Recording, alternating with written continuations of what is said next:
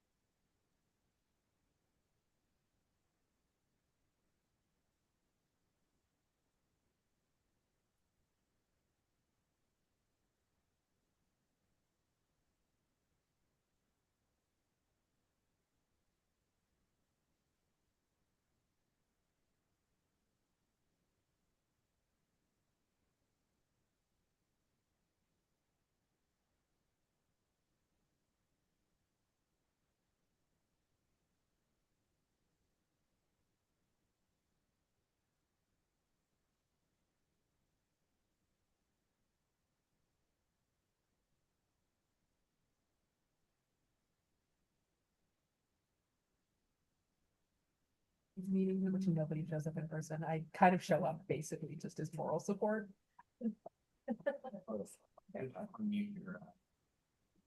Yes.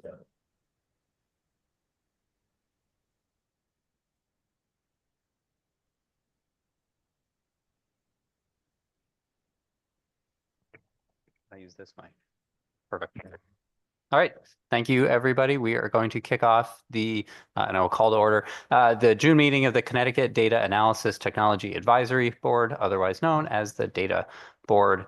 Thank you, everyone, for making it today. Some of us are here, some of us are online, and we'll hopefully try to keep this a brief meeting for everybody. We wanted to give an update on some things that are part of where we're making progress on the goals in the state data plan, give update on some of the outcomes from the legislative session, and give the members of the board the opportunity to provide advice, guidance, expertise to us as we work to move forward on the goals from the plan. So I'm going to just start by calling out the members just so we can make sure we're here and recognize those of you that have made the time for this today. So I apologize, I'm going to try and juggle the list in the screen here, but from Representative Ritter's appointments, Thad and Seth, are here? Thank you. Here, thank you. I saw you. Okay, great. And then from Senator Looney, Michelle and Adler. Here, thank you. Perfect. Is Adler here? That's on the list. Okay. You're missing Adler for today. Representative Candelora, Bree, are you here? Yes, I am here. Thank you. Good morning. All right, wonderful. We still have the one open seat under Representative Candelora, 2 open seats under Senator Harding, and anyone that wants to help fill those, welcome your support. From Department of Administrative Services, Dave Lavadia. Here. Perfect. From the Freedom Information Commission, Colleen Murphy. Oh, I'm Nick Smara. I'm here, sitting in. Okay, perfect. Thank you, Nick. What's next? From the Judicial Branch, Chief Court Administrator's Designee, Joe Grealish. I think you're here. Hey, Scott. I'm here. Thanks. Perfect. Thank you. To my right, our State Librarian. Good morning, everybody. Wonderful. Thank you, Deborah. From the Treasurer's Office, Christopher Regan. Good morning. Perfect. Secretary of State's Office, Jennifer. Present. Wonderful. Comptroller's Office, Michelle. Carlos, are you here? We have 2 Michelles. I thought I saw her. She's saying present, but it appears her audio is not working. Oh, okay. All right. I see you on the screen. Perfect. All right. So Carlos is here, but unable to contribute verbally. And then our Geographic Information Officer, Alfredo Herrera. Alfredo, are you here? Let's look.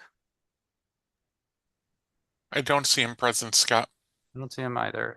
Carl, I see, is here from the GIS office. And I skipped, because I see him, I apologize, the designee from our State Attorney General's office, John Newman. Good morning.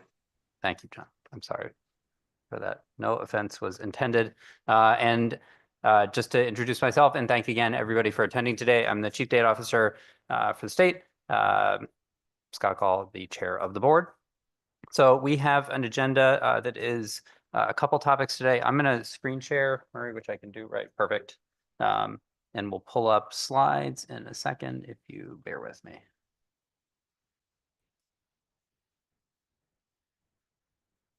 Oh, were these the right slides? Oops. Hold on a second. I opened the wrong presentation.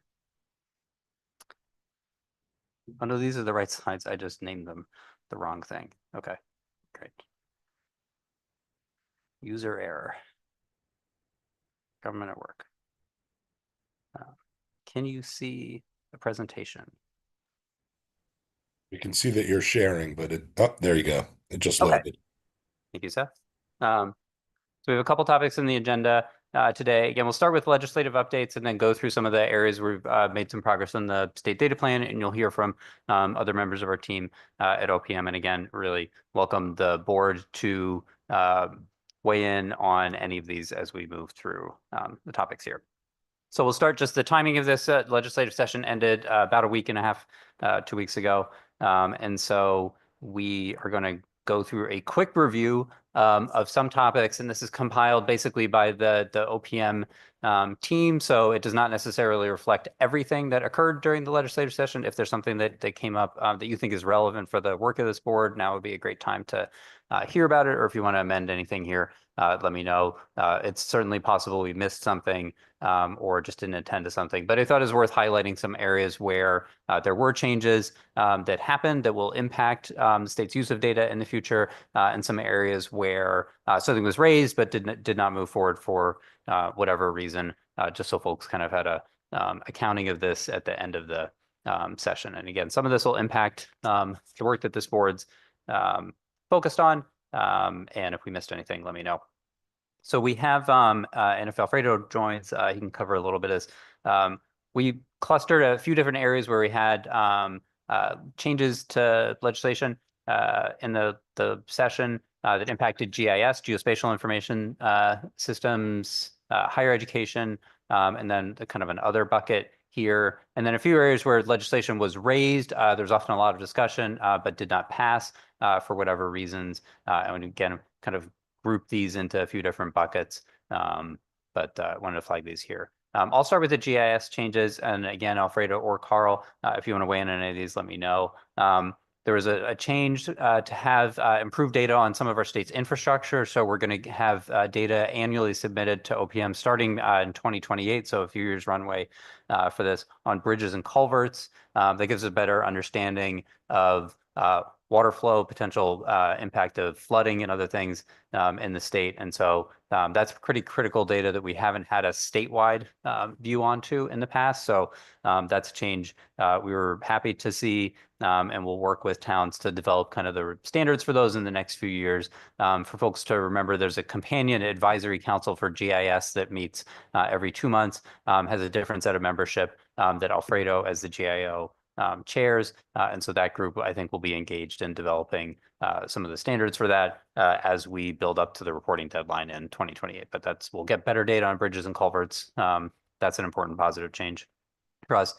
We made meaning the legislature in this case, sorry, legislature made changes to update to the state plane and coordinate system. For those of you, again, in GIS world, there's kind of once in a generation changes to the coordinate system to reflect the changes in the shape of the earth. And we had to update the state statutes to reflect the new standards and to make it easier to make changes in the future. And so that's again, hopefully a positive change that just gets us in line with national standards in this area. And then there was an allocation in the bond bill for statewide flood and resiliency mapping in the next fiscal year. And so we have to explore how that gets implemented. But again, that should give us better insight on some of the state infrastructure and the potential impacts of things like flooding, increased storm surges and other things, which I think everyone here knows has had a real impact in the state.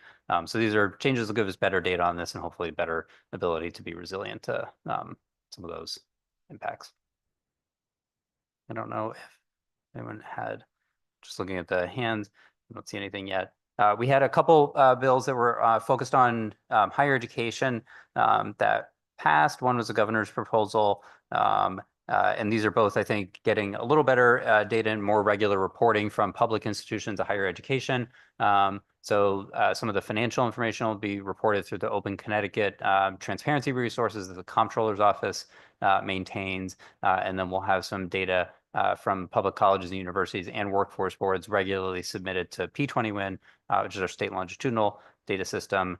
We made some other changes to the statutory basis for that to just make a little clearer how the administration of that system works. So that's also, I think, positive changes that'll give better information on workforce and higher education, and hopefully that'll be informative, folks. Two other things will mark this board has received every year for the past 5 or 6 years an annual report on legal issues and interagency data sharing. Last year's will be the last year of that report. We had the requirement to do that on an annual basis was repealed The report is largely redundant with what's in the state data plan, and so we can kind of cover that through the existing plan. And so we'd ask to have that report lifted, so you will get one less email from me every year, as that report will not come through in January as it's repealed. And then the other change here is the CDO, which is in this case is me, to work with DAS and CHRO to create a database of contractors based on outputs of the disparity study, which looked at disparities in state contracting. And so we're going to work to improve data on state contracting with those two agencies, so we have better insights about it to measure and monitor where there's disparities in the future. So those are changes that occurred during the session. I just want to take a quick second to see if there are additional comments or thoughts on this. Seth, anything that we missed or that you wanted to bring up? I see. Yeah, with regard to the lifting of the legal issues report requirement, do you know what the impetus for that was? And do you still plan on addressing legal issues that arise with us as a group, even if you don't have to report them in an annual report or anything? Yeah, so yes to both. So the impetus is really, I think the intention for this was to have a one-time report. We've been doing it dutifully every year, but it really doesn't change that often. And so there was over time, we realized there's not real benefit from doing this annually. And then secondarily, there really is overlap with the statutory basis for the state data plan. So I don't have the wording in front of me, but one of the requirements of the state data plan is to look at challenges or barriers to interagency data sharing and legal issues there. So we're required to address the same topic in the state data plan. And if there's changes to state or federal legislation that impacts the ability of agencies to share data safely, ethically, and securely with one another, we'd bring it up, I think, through the plan or through this board. And actually, I mean, this presentation, there wasn't anything that really impacts that we wanted to flag here. But if there was something that came out of our state legislature, we'd flag it here and then incorporate it into the state data plan. But I think loosely yes to both, because it's required as part of the state data plan, and then it's just really that report did not change much over time, so didn't seem like we Thank needed you, it. Scott. Sure. John? Seth, also for your benefit, the AG's office supported that change, and we wholeheartedly concur with everything that Scott said there about it being duplicative. Scott, if I remember correctly, there was also a change as to expanding to include the constitutional officers. Is that accurate? That's accurate. That is a change we proposed that did not make it over the finish line, so you'll probably see it. Okay, I missed the finish line then. Okay. And just as a quick thing, not to jump ahead, but on the did not pass with the CDDPA, I agree that the characterization with respect to the state, that there was no expansion of CDDPA, the entity level exemptions for nonprofits also remains, which I know is significant for P20 wins. So I just wanted to highlight that. But the CDDPA itself was expanded in that we've redefined sensitive data, lowered the threshold, and data brokers are more accurately captured. I just want to throw that out there more broadly for people, but not specific to the state data plan or state agencies. No, thank you, John, which is a good reminder of the value of having this board, because you're getting basically a self-interested review of the legislative changes, because that doesn't impact our day-to-day work, but that really is a change that occurred, and thank you for raising that, and we can sort of amend this for future use. That's a good flag. I'll shift to the did not pass in that vein, and I'll start where John left off. So under privacy, there were legislative proposals to expand CTDPA's, the Connecticut Data Privacy Act. There are proposals to expand the coverage of that did not pass. I think that's an interesting kind of topic for discussion, the scope of that, but that did not move forward. There were proposals to have state agencies come up with plans to improve gender data collection standards. That's been proposed multiple times. That also did not pass. But from OPM, we supported that change. That didn't go through. Other changes that did not happen below, there's a disconnected youth report that I know at least some members of the board were closely involved in the development of. There were several changes that were proposed to it, none of which really passed. this session. So that remains as it is, an annual report on disconnected youth in Connecticut that we'll submit to several different legislative committees through P21 that referenced a minute ago. There were a lot of proposals. This isn't comprehensive, I'm sure, on transparency, to have increased transparency on municipal finance, grant reporting, energy data. None of those, as far as I know, went through. The requirement that John was mentioning earlier about expanding the agency data officer coverage to cover agencies that are basically left out due to a loophole in the kind of old language that we inherited. That also did not pass. So I think probably try to pursue that again. And we've had some agencies voluntarily participate in the past few months, but the legislation did not pass. And then last but not least here, again, unless I'm missing something, there were several pieces of legislation focused on artificial intelligence, none of which made it past. The governor's proposal did not pass. Senate Bill 2 did not pass. And so we are really remaining kind of for state agencies status quo. We have a responsible AI framework that we've talked about in some of the past meetings that remains in place and wasn't changed through this legislative session. So we'll continue working on that, trying to ensure responsible use of AI by state agencies, but I don't know of any changes that came about this session. So that's the did not pass list. Anything folks wanted to flag from that or that's missing in general from this list of legislative changes that relate to data? Right. Hearing nothing, we'll continue. Thank you, everyone. And again, hopefully that's useful to just get a recap. The timing worked out well for this meeting. So next, I think we're going to go through, we have 6 goals, as you will no doubt recall, in the state data plan. So we're going to go through a couple of changes in areas that we focused on that are relevant for these goals. Our first 2 goals are really paired around transparency and building up a little more documentation about data. So I'm just going to flash the goals up. So the second goal is about improving metadata and documentation so you understand better what's in the data.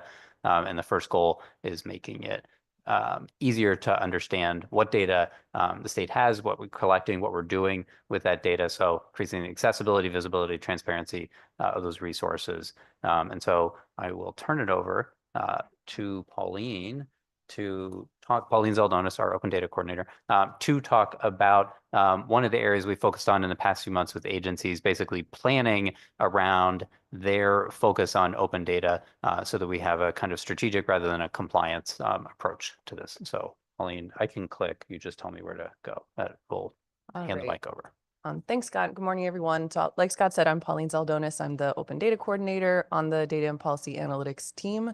And I wanted to give a quick update this morning on the open data access plans, which are required in statute, the same statute that made the requirement for executive agencies to inventory all of their high value data.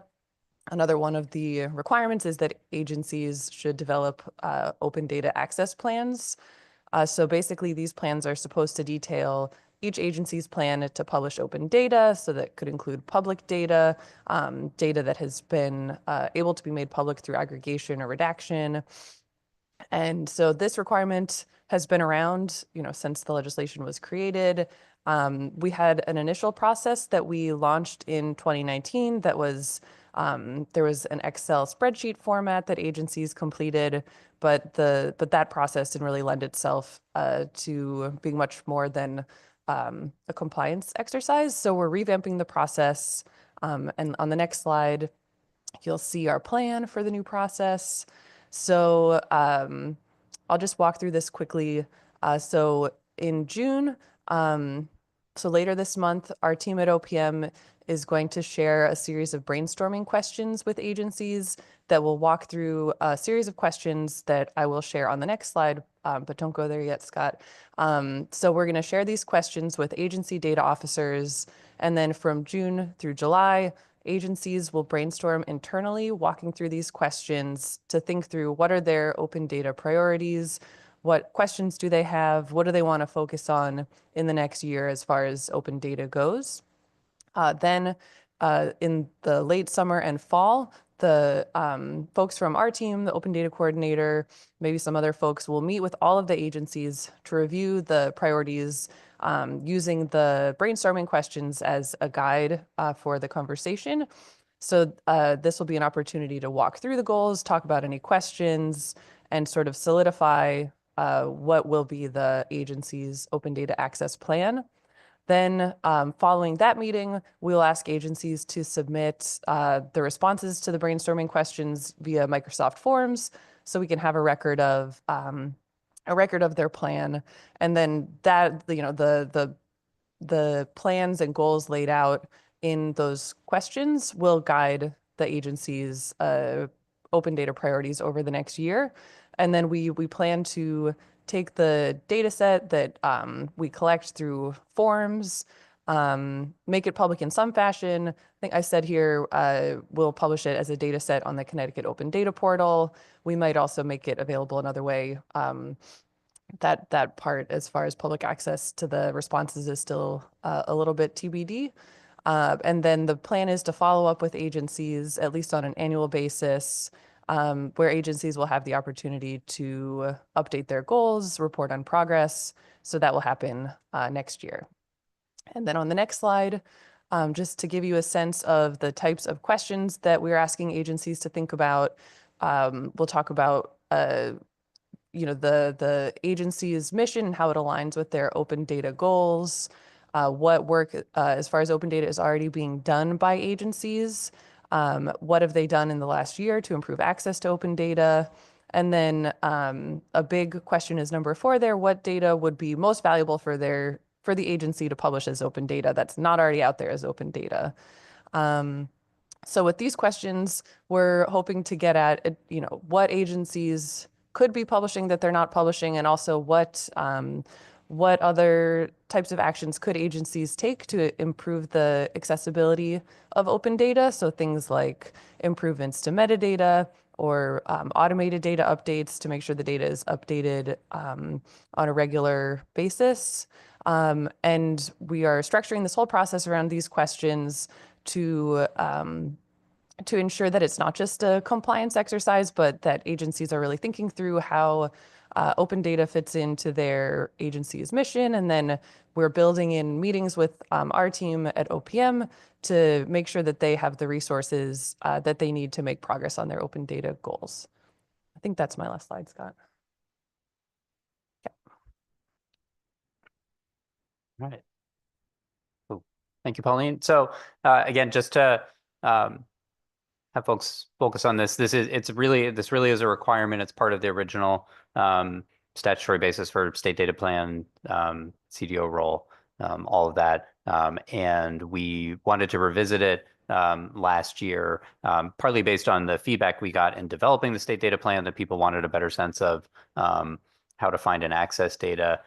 Feedback from the board that you wanted to see, I think, a little more participation from agencies in some of the transparency and open data efforts, and then our own kind of realization that the way this was implemented previously was just not really working for agencies. So hopefully this is a more approach that reflects agency interests and should work with them. We test drove it with 3 agencies in the past few weeks. We met with agencies last week, made some revisions, and we want to get feedback from the board today to see if there's anything else we should change in the process. So I'll pull the slides back up if you want to reference this. But this is where, if you have feedback for us on here's what would be useful, or here's, you know, think about this, or something to consider, then we'd welcome some of those ideas before we start implementing this. I see Michelle has a hand raised. Michelle Reardon-Old has a hand raised.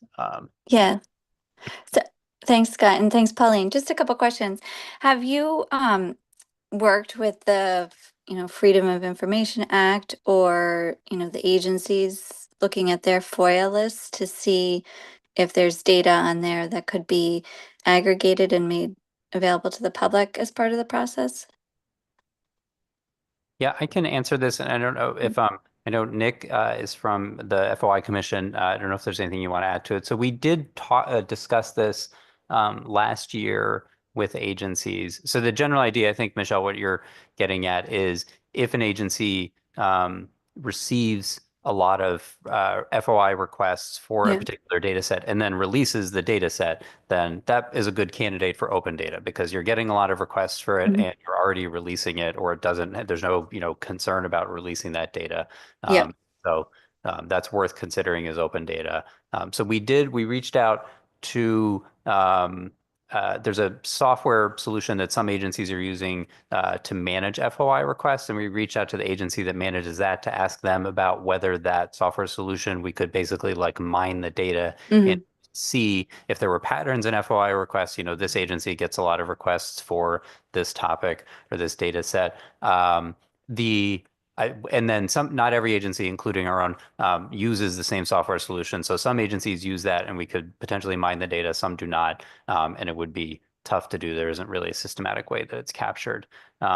We did look at it. The way the software structured, it didn't seem like it was going to be easy to do, or you'd have to do it agency by agency. There wasn't sort of a way you could look for patterns across agencies. But that's worth going back to. And I think when we have the discussions and sit down with the agencies, we can try and find a way to say, do you know what's in your list of FOI requests? I just gave you a very long answer. That's what I think is like a pretty straightforward addition to this process. But that I think we did explore this a little bit. It's not as, I think, easy as maybe I would have liked it to. It would be easy to incorporate that into the process to ask the agencies to reflect on what they get public data requests for.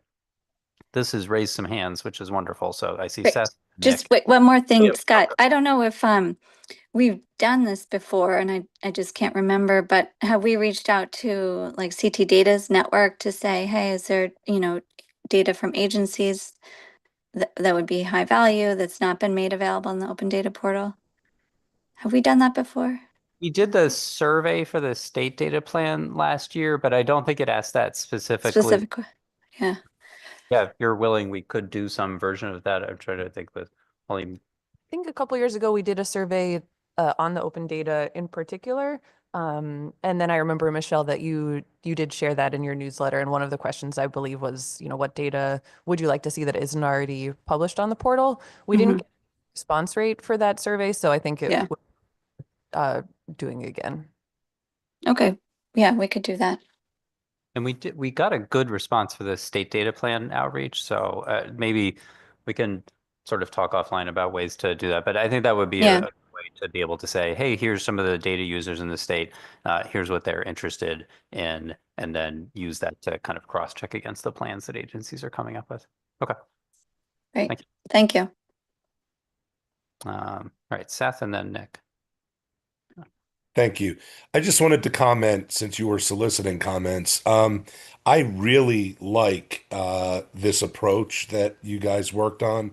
So I congratulate you, Scott, and Pauline for kind of redesigning your approach to collaborating with agencies so that they feel that it's more collaborative and less punitive. I think it's likely to breed more compliance, but voluntary compliance. And I like the fact that it is really almost a hand-holding approach where it's one thing to require an agency to name an agency data officer, but a lot of times that person may not necessarily have a lot of data governance experience or understanding. And so this educates them through the process and gives them an organized way to start thinking about and then acting on providing additional data, open data for state use. So thank you. Good job. Thank you. That's great to hear.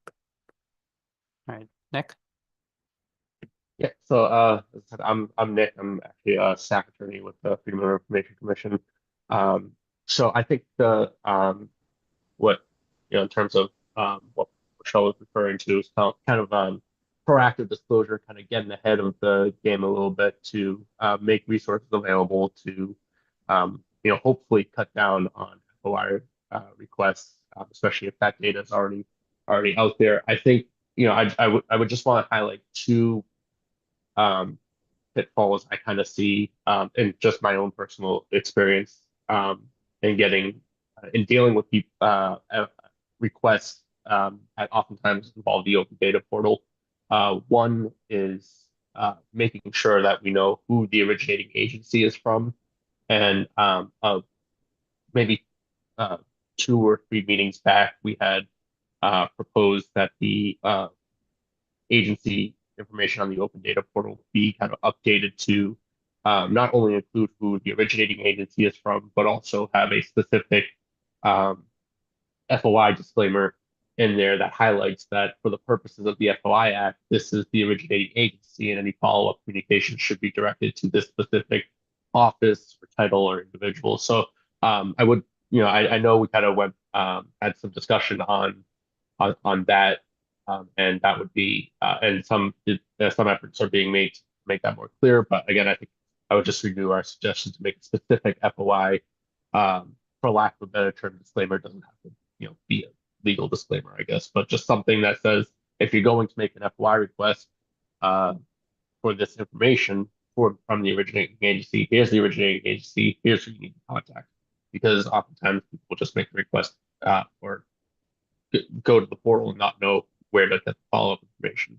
The second main thing is, while the proactive disclosure is great when a request does come through for that information, just being sure that the individual on the other end, if you're at the originating agency, can actually get access to that information, because several times I've come across instances where a person makes a request, they get directed to the open data portal, and then they get this what seems like an unmanageable work batch of documents or data. So having that information, whether it's more readily accessible and understandable to like an average person making a request, I think would be important, but also having some interfacing with the originating agency to be able to help guide people through to make sure that they are actually understanding the information they're getting, because proactive disclosure is great so long as people are satisfied with that disclosure, because otherwise you're essentially doing the work up front, but also then still getting a complaint because people either don't think they got everything or they don't understand why they're being directed to the open data portal. So it's kind of a little bit of kind of just walking people through when they get the request and why they're being directed to the open data portal, because they're requesters, specifically public everyday requesters, are expecting records from an agency specifically, and so if they get redirected to an open data portal or some other database, they kind of get confused and a little skeptical. So, I think cutting that off and explaining that would be really helpful for agencies to not essentially have to pull double duty, putting the information up front, but then also dealing with complaints that people get. So just 2 things to throw out there. But yeah, definitely in favor of proactive disclosure and getting that information out there. And it definitely does help agencies I've seen with kind of managing FOI requests, especially as they just keep expanding. I think it's important to get that information out there sooner and proactively. So yeah, thanks. All right, thank you. And I see Thad has a hand up.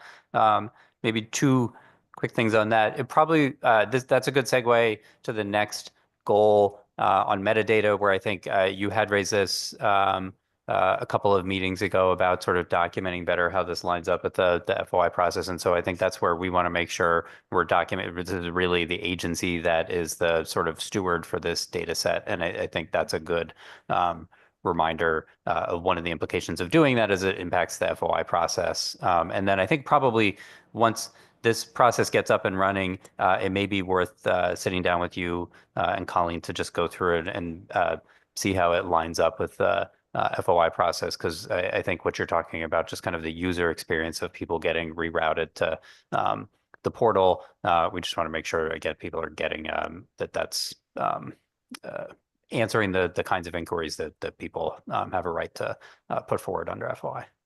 Absolutely, yeah. Thad, you have a hand up.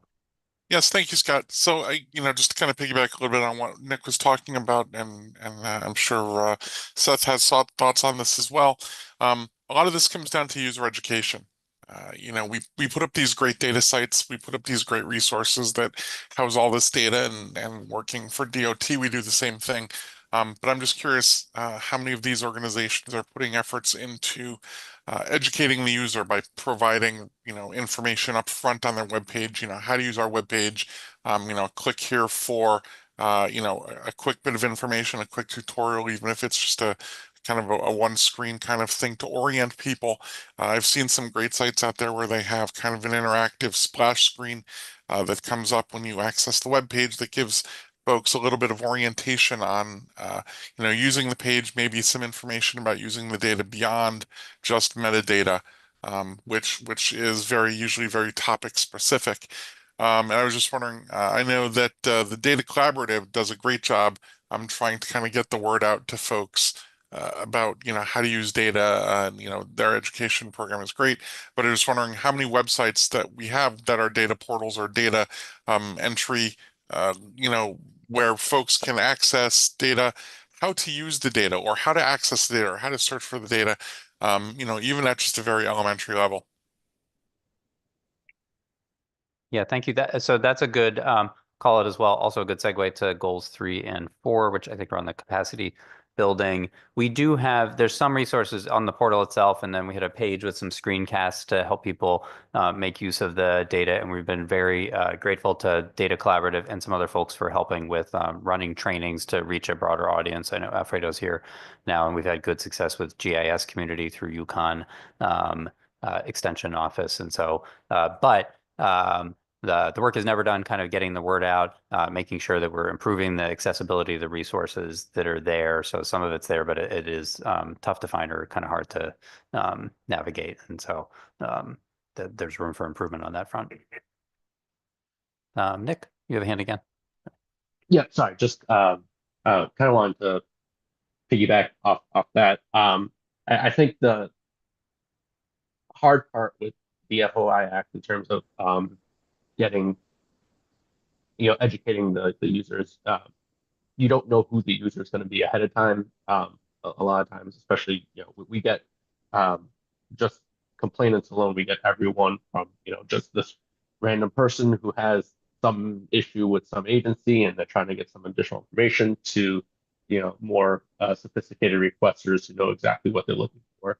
And so I think having that information in a place, and by that information, I mean the how to use the open data portal and get that information, having that information alongside wherever the FOI policies or say like this an FOI webpage or something. I think having that immediately alongside that and explaining why and how to use that and how it will be beneficial to that person, kind of like I said, alongside that will be beneficial, because essentially the important part is making the connection between the open data portal and the FOI Act, because just to reiterate, like I said before, a lot of, especially the everyday requesters will get not confused, I guess is the wrong term, but it is the wrong term, but they're expecting some interaction and records from an agency. So they might get frustrated or disheartened when you say, well, here's the resource, kind of do it yourself. And so it's just something to consider, and really stressing the benefits of saying, you don't have to submit the request, go, here's this open resource and you can have all of this data alongside. So just kind of, like I said, kind of making the link between the two a little bit more clear for individuals and people. That makes sense. And yeah, again, maybe we should probably have a sit down or later this year to go through some. I know FOIC does user education as well, and so maybe there's a way to make sure we can incorporate something about navigating these resources in with that. I see Seth has a hand up. Seth, do you want to? Yeah.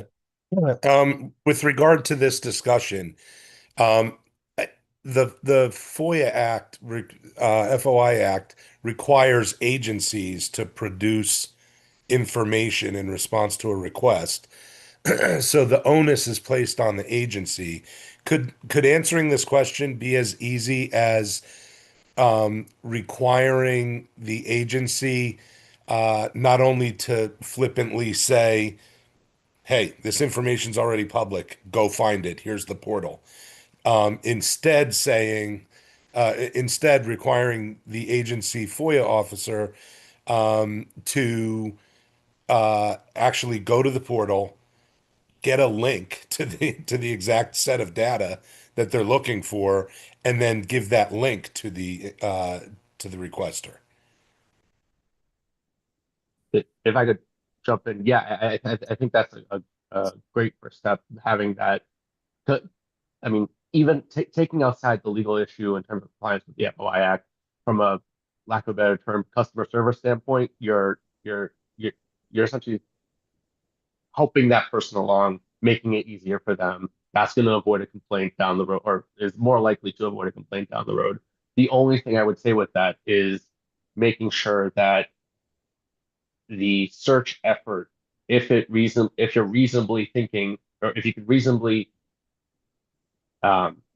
determine that there are other records besides what is posted on the open data portal, that just giving them that link wouldn't be sufficient. I would say, still making sure you're conducting your search on the other end. If there's anything missed that didn't get uploaded or stored in some other format that wouldn't be caught, I think, as you said, the onus is on the agency.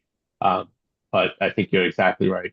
Kind of making it so that the process is easy, and you're kind of directing them, but also I just want to add, still making sure you're catching everything that may not be caught through kind of the upload process or Of course. Yeah. Thank you, Nick. All right. Thank you all for the feedback, comments on this. I'm going to see if there's anything else. Otherwise, I'm going to move to goals 3 and 4, which I think we are going quickly through. And then we're going to cover goal 5 in a little more depth to just mark where we're making progress on it. Great. I don't see any hands raised.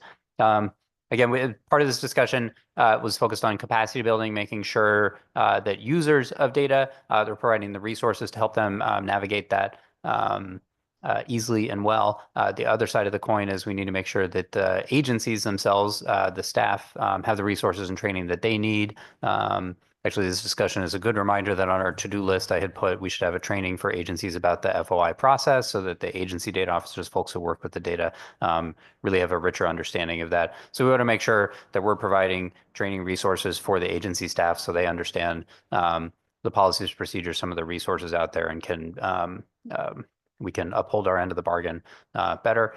Since Deborah's here from the State Library, we had a wonderful session with staff from the Public Records Administrator Office on record retention, record retention requirements, schedules, series. I learned a lot. But they had a session earlier this year, and then we doubled back with them to talk about some of the things we'll go through in a minute about trying to make sure that our policies and procedures are in line with those requirements. And so this area, we're going to make sure we're focusing on agency capacity. We were going to have, I think, Pauline, you were talking about we're doing a training for staff on open data. There's been some GIS training as well, but just so folks have a quick update on this. Yeah, I'll just give a quick update on a training we have going on now for users of the open data portal in Connecticut state agencies. We are partnering with Tyler Tech and their education team to lead a series of trainings that started on June 10th, and they are wrapping up on the 25th. So they're open to all users of the open data portal and our internal data portal in Connecticut state agencies, and even potential users, like people who are interested in learning more about those tools. So we've had good turnout so far. I think most of the courses have had at least, I want to say 15 people registered. And then some of the courses have had as many or even more than 30 people in attendance. On the next slide, you can just see some of the topics that we're covering. Most of them are specific to using the Tyler Tech tools like the Open Data Platform and the Enterprise Data Platform. The first one listed there, though, is more general, just on clean and tidy data. So good practices for making your data to formatting it in a usable and accessible format. Other topics include data viz with charts or maps, using the data story tool on the portal, as well as some more sort of data management practices as far as managing your data set, automating data updates, using the Tyler Tech flavor of SQL, just called SOQL, and shaping and joining your data within the platform. So those courses and that training has been going on for a little while now. It seems to be going well, and it's a good opportunity to partner with Tyler Tech on getting some training for folks in Connecticut state agencies.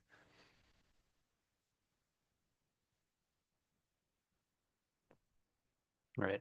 I don't know, Alfredo, there's some training for GIS users. I don't know if you want to cover anything, just as a quick update, the open source software. Yeah, so we've undertaken a webinar series in collaboration with Yukon Clear and the extension over there.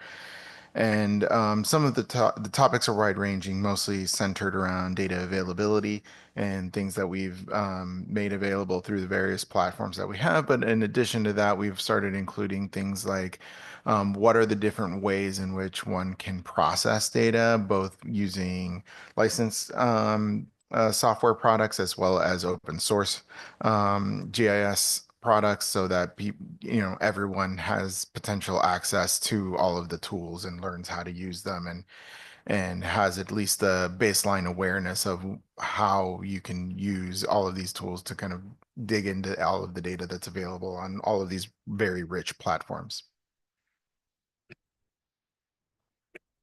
All right, excellent. So, and then that I'll just add a quick note on that too. One of the things that we've done in parallel with agencies that speaks to, I think, goal 3 here, when I go back, is work to identify from the agency data officers, either those that have a specialization in GIS or that have dedicated GIS staff in the agency, so we can build up a sort of GIS specific cohort. And then the GIS office is also set up in similar to the open data group, an interagency GIS group where there's some discussion about training, capacity building, other resources there. So we've got a good network of GIS users across state agencies, trying to identify GIS specific staff across agencies so that that infrastructure is there.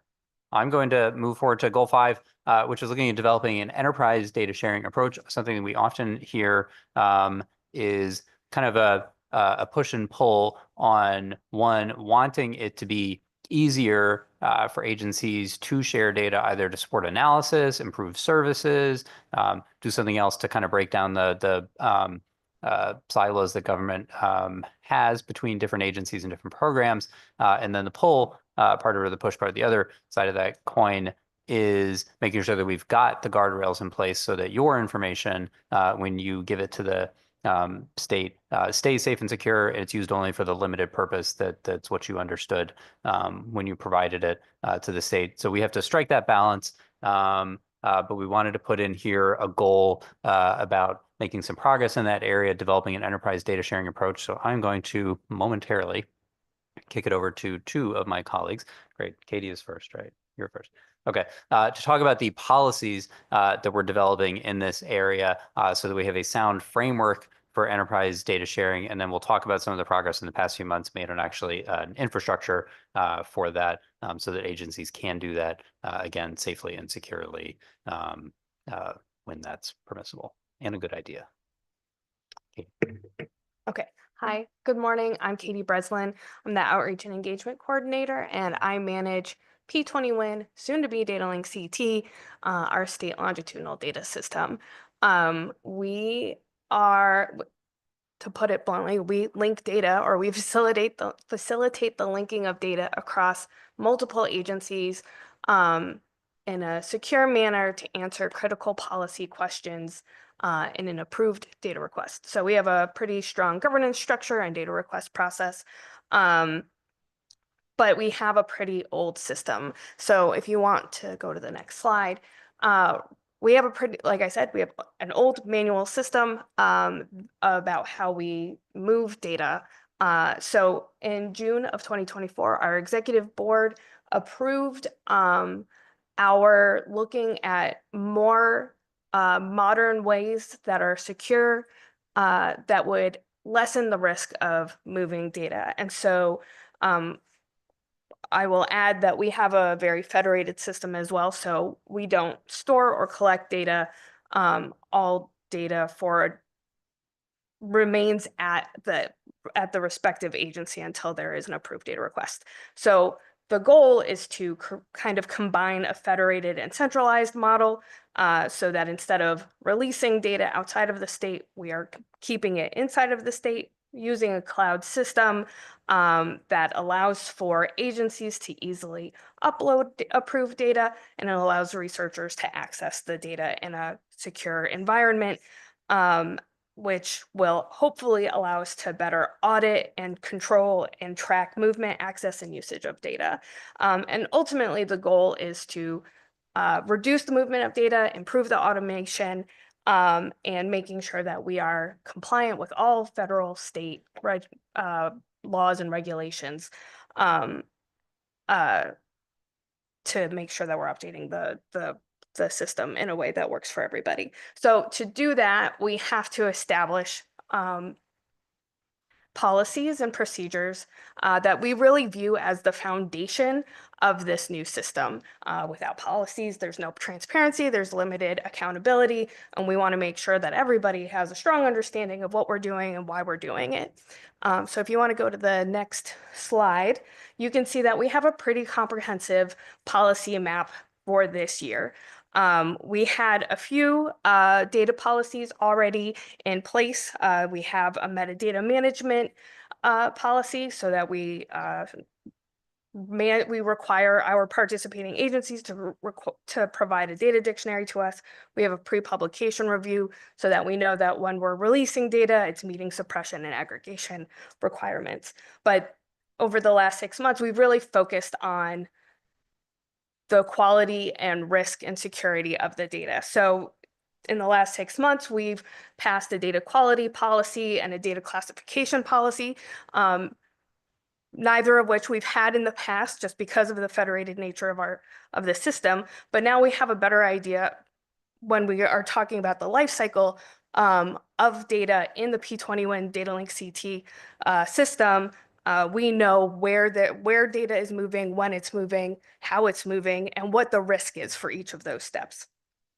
Data quality is an important piece just because we want to make sure that the data being provided for research is as accurate as possible, and so that we have an understanding of where there could be data that is missing or collection that could be improved.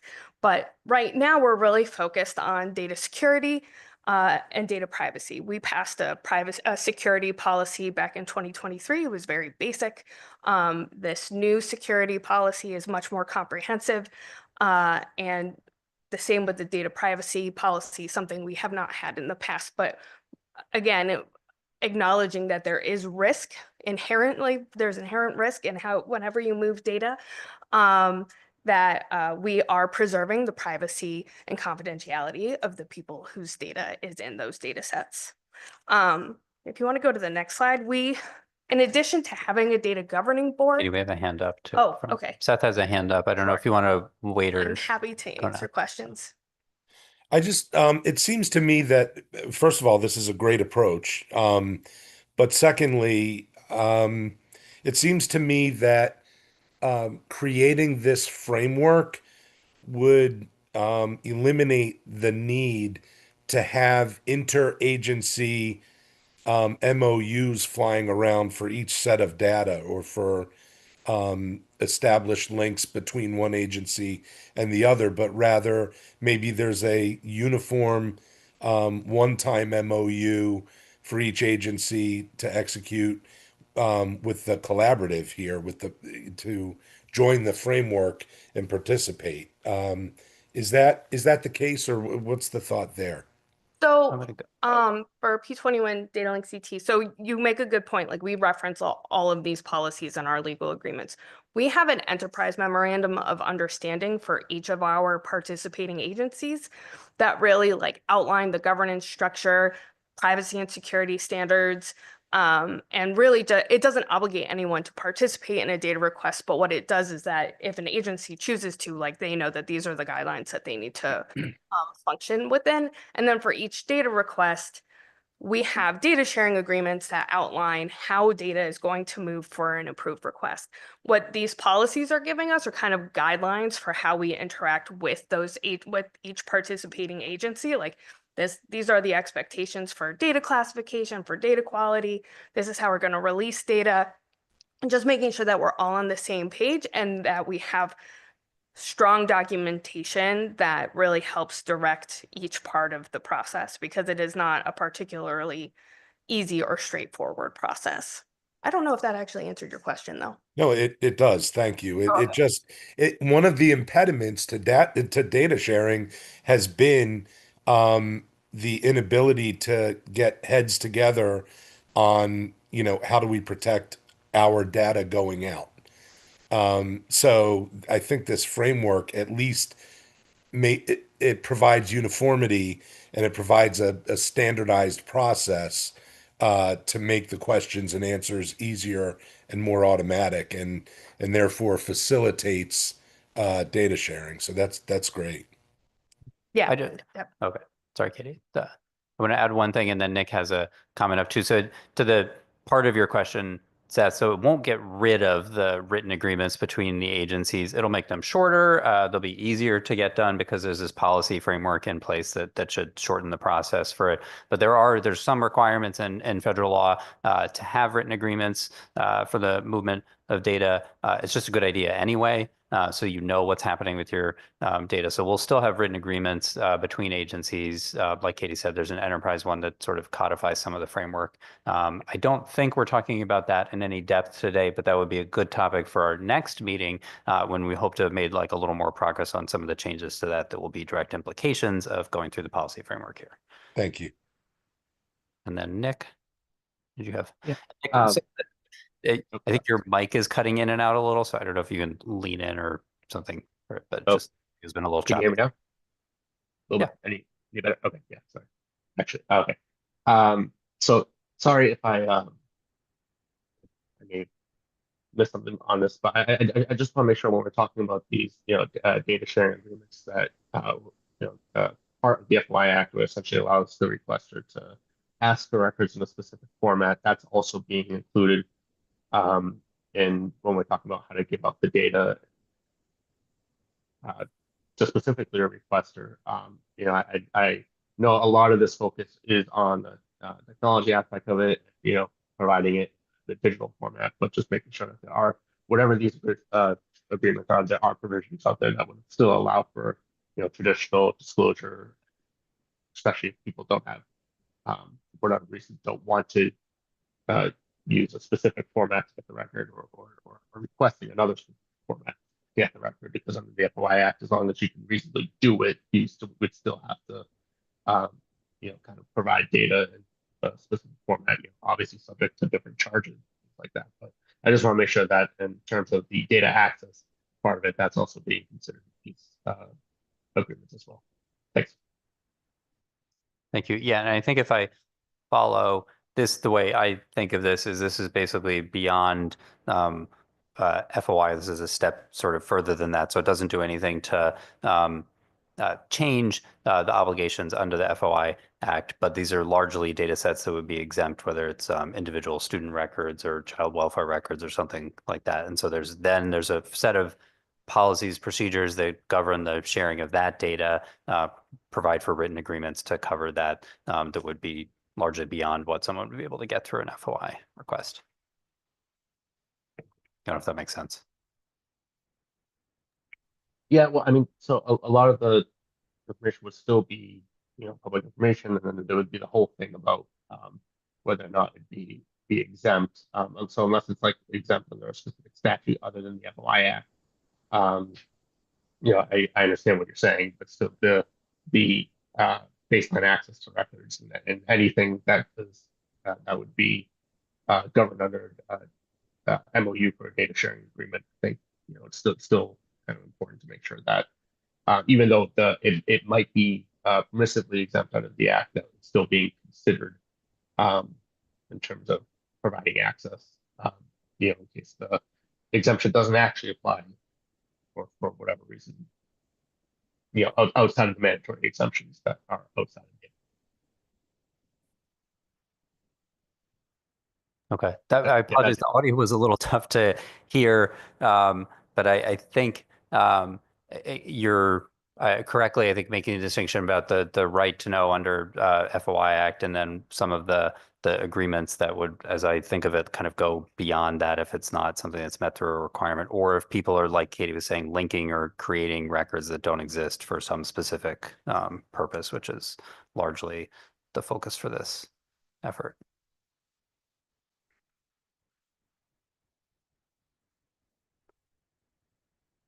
All right, and then we can. I apologize. The audio is a little tough, but we could follow up afterwards if I missed something there. All right, and then Katie, I believe, is going to continue. Do you want the next slide or? Yes, the next slide. So it's missing a slide. Okay, can you go back to the? Okay, so the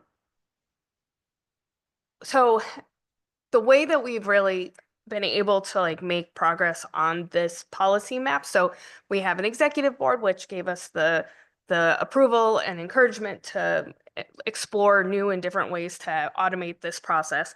But we have a data governing board that helps and has the responsibilities to establish policies for P20 So we have a representative from each participating agency that's contributing to this. And then in addition, we have a data security subcommittee, a data privacy subcommittee, and a legal subcommittee that have all met monthly for the last several months to contribute to the creation of these policies. So we have found engagement in like privacy and legal and security experts, and we've brought in folks from BITS to make sure that the policies we're making aren't in conflict with existing state policies, but also that they will accomplish what we're hoping to do to preserve the confidentiality and security and privacy of the people in these data sets.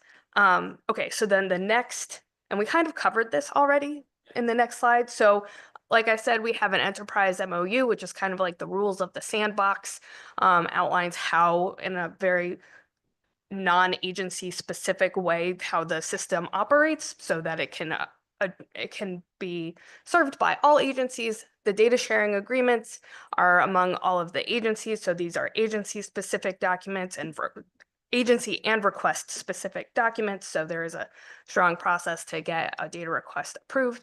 Use license for the researchers so that they can access the approved data. And like it says, each document has the different signatories. And so the way that this illustration is that the data sharing agreement allows for data to be shared, linked, and de-identified. And then the data that goes out is the approved like charts and tables that are created in the research or by the researcher. And so, we've kind of built the policies and the legal together so that we have a comprehensive system. And also, one last thing, the policies are written in a way that agencies that may not have similar policies can adopt them and just change like the identifying language so that they can be used on much more broadly than just for P20 data link CT. I'm unmuting. All right, I'm going to see if there's hands. We're going to switch to a related topic here. So what Katie's talking about is really the policy framework for enterprise data sharing. And next, we're going to talk about the actual technical implementation of that, again, for the sort of limited case for the 15 agencies that participate through P20 but we think if we can work it out there, it will help to make progress for the enterprise. And I will flip it over now to Adriana Sanchez Dominici, who is a consultant with us and has been managing the project of developing the secure data enclave. Adriana, do you want to take the microphone? Thanks. Now? Great. I'm going to assume yes. Keep going. Yeah. Cool. Thanks, everybody. Good morning. So I'm Adriana, like Scott mentioned. I have been collaborating with Katie and Scott on the actual development of the Secure Enclave. So I'm doing all the project management and collaboration with BITS and a couple other folks, including representation from all the agencies that participate in P20Win to really scope out not only the project plan, timeline, conduct all of the agency sort of outreach and sort of discover all of the requirements from each of the agencies that are needed to really make the enclave what we would like it to be. So sort of here was a little bit of a summary in terms of, what we've done so far. I joined the group of folks in January of this year. And then in late February is when we really established a partnership and collaboration with our BITS team. So we're partnering with our cloud compute team over there, led by Robert Berry.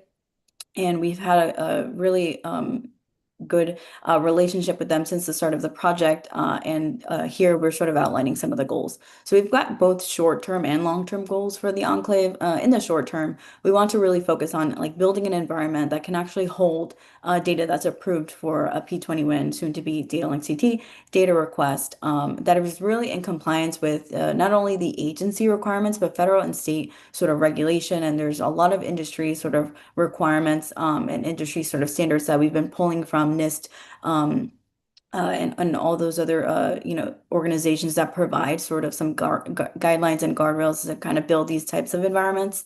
And in the long term, related to some of the things that we heard earlier, really this secure environment, we want to make it, that can host agency data. We want to have a space for PII to be matched securely in a separate sort of partition from where some of the other data lives. One of the important factors of P20Win currently is that we sort of have the PII data separate from the analytic data, and we want to make sure that we're mirroring that in the secure enclave.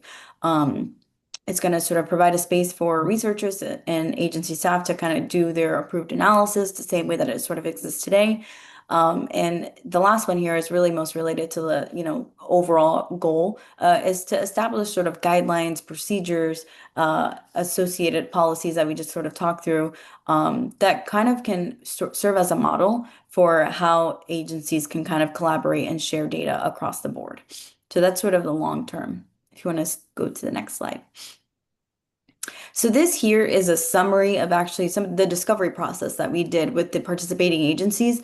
We really brought them all together to sort of ask them, what are specific legal requirements within your agency for your data? Some of these things we already sort of know based on the nature and the governance around P20Win, but really just giving the agencies the moment and the time to kind of come forward and say, here are some of the concerns we have possibly with, the new structure for P20Win. Here are some things that we would require. And then also here are some nice to haves, while we're already in the process of innovation and modernizing the system, here are some things that are, pain points in the current P20Win system that we would like to kind of be considered as part of this process.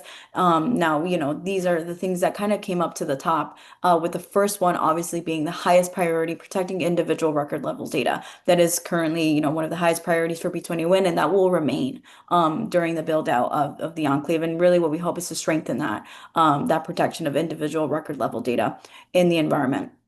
Obviously, requirements for compliance with federal and state regulation, industry standards, a lot of focus on access management and user minimization, just making sure that everybody who is accessing the enclave is accessing portions of the enclave that are appropriate for their use, as well as sort of external researchers only being able to access the data that has been approved for their use. We learned a little bit about, some of the varying numbers of agency staff that is allocated to this type of thing. So that was an interesting thing for us to sort of learn. There was a low interest early on for agencies actually storing their pre-approved data sets, but it's something that we can think about sort of in the long term. And again, this is all sort of being developed right alongside all of the changes and developments to new policies. So we've got sort of the subcommittees, as Katie mentioned, really collaborating with us and supporting the policy development, but also sort of giving their feedback and understanding, allowing them to sort of understand the process of developing this environment and making sure that everybody kind of is on board and is understanding what we're working towards. You can go to the next slide. These are kind of like the very broad sort of milestones that we outlined in the beginning of the project. So The planning phase has really completed between January and February. We did the project plan timeline. We got all the approvals, with all the partners and stakeholders that we were hoping to collaborate. That includes sort of DOL, BITS, OPM, and other folks that we have been sort of partnering with.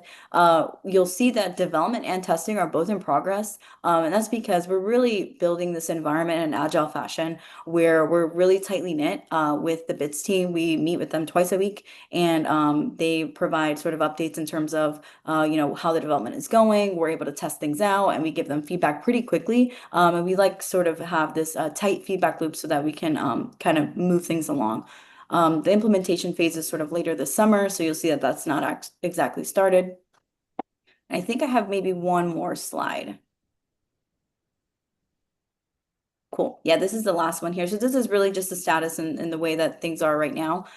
So we're in the midst of development, like I mentioned. One of the things that are being focused on right now is the connection between Azure, which is the environment that we're looking to sort of build this in, and Axway, which is the secure file transport protocol that the entire sort of state uses right now to securely transfer files.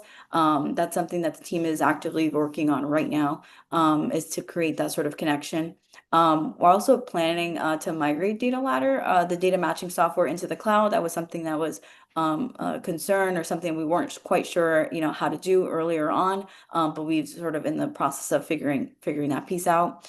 A lot of engagement and collaboration across the board throughout this project. We've got a lot of insight, from the state IT security, the Connecticut State Library on records retention and deletion, like Scott mentioned earlier. We've got Infotech, which is a research group that does a lot of advisory stuff for us on this piece and also the policy side. We've met with WestEd, the Data Integration Support Center, quite a few times to kind of just circle back with them on the progress of the project and just get their feedback and insight in terms of the direction that we're going. And we've been able to sort of meet with some other state longitudinal data system leaders in terms of, if they've been able to sort of migrate over to the cloud or a different sort of tooling system for their systems. And this last bullet here just sort of says the testing is going to continue throughout the project and throughout the summer, and it'll help us sort of refine the design, security, and capabilities of the system in that sort of agile fashion that I described earlier. I think that is my last slide before I go over to the other, whoever's next. Cool. I don't know if folks have questions, thoughts, comments. I don't see hands. Thank you, Adriana. Yeah, I don't see hands yet. Again, to recap, this is progress, I think, for hopefully the fifth goal in the plan on enterprise data sharing. So we want to make sure we're striking the balance again between privacy, security, confidentiality, and the ability to use data to inform policy and practice. And so working on the policy framework, like Katie said, and then now the technical implementation, and all these are moving forward, which is good news. And again, your advice, guidance, expertise, welcome. Seth, you have a hand up. Yeah, I just want to thank both Adriana and Katie. This board for a long time over the last couple years was talking about, and I know Scott, you were interested in developing the technology to facilitate state data sharing or data sharing. And I know that this kind of is apart from FOIA. This is intergovernmental data sharing. And it just seems like within the last few months that's being reported out now in this meeting, there's been a tremendous amount of advancement in this area. And I just want to, as a board member, thank the people involved. Again, congratulate the people involved. And it really looks like things are headed in the right direction and pretty quickly now. So this is really good developments.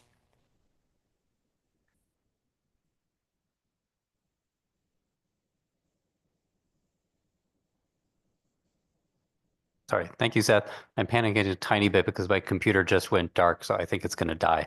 I'm going to stop the screen sharing here, these are our last slides. And if my computer dies, the meeting can continue. But I think that was the last of the presentation.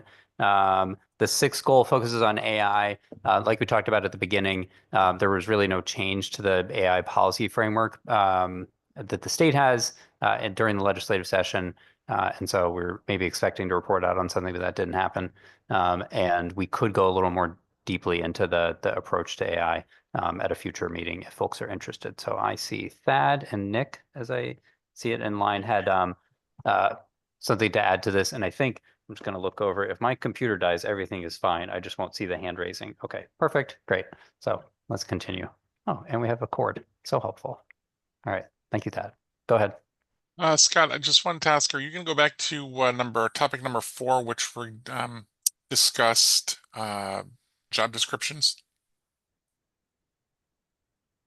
Sorry, I'm struggling with the power cord. So I think we're trying to put a little bit of focus during on some of the goals during each meeting. There wasn't a ton to report out on the job descriptions of job classification. So that's the one that's lagging furthest behind. What I can say is, so I met with the similar group for the state of Oregon, where they're doing the same thing. And so they have a process that they're going through to review the job classifications in Oregon with their agencies. And so I anticipate we're going to pick up some things from that. And I'm happy to share slides with at least the agency staff. I'm not sure if they're things that are publicly disclosable because it's in other states, but I could ask about it. But I think that's one where it's a little further behind, and we hopefully are going to piggyback a little on some lessons learned from some of our other states who have essentially, the details are different, but the issue is really the same of trying to make sure the job classifications are up to speed with the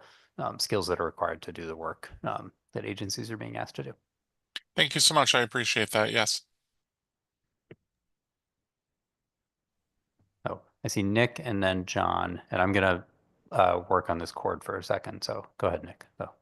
Yeah, I just wanted to clarify, and hopefully maybe a little bit better now. What I was trying to get at before, even though the agreements are, from agency to agency, it can still happen, and we still get, requests kind of seeking those,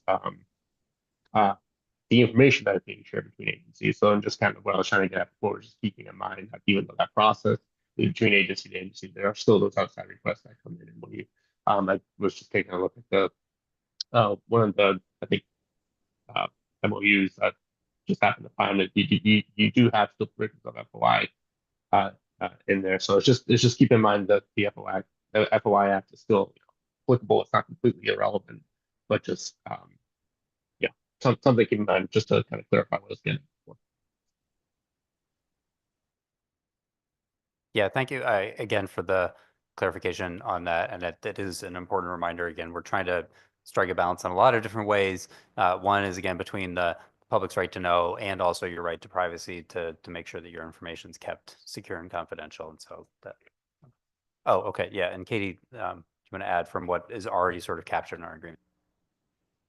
Yeah, so we reference FOIA in both our enterprise MOU and our data sharing agreements, recognizing that there can be a request for public records, but there is a specific process that we will follow if it comes to that. But I just want to add that we do have that in our agreements. Yeah, that's what I was. Just thanks. Okay, thanks.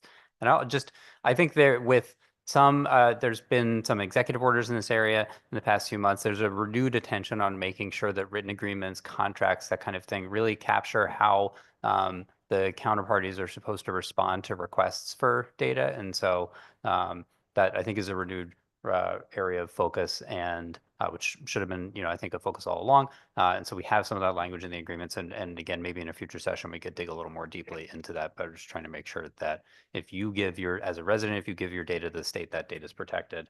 And we capture that in our written agreements as well. Someone else had a hand up, and now I've forgotten who it was. Or maybe that. It was me, Scott, but we can talk offline about the job description issue, because I know there's multiple attorneys general's offices that have now created and developed technologist positions, including Oregon Department of Justice, which may be separate and distinct from their equivalent of DAS.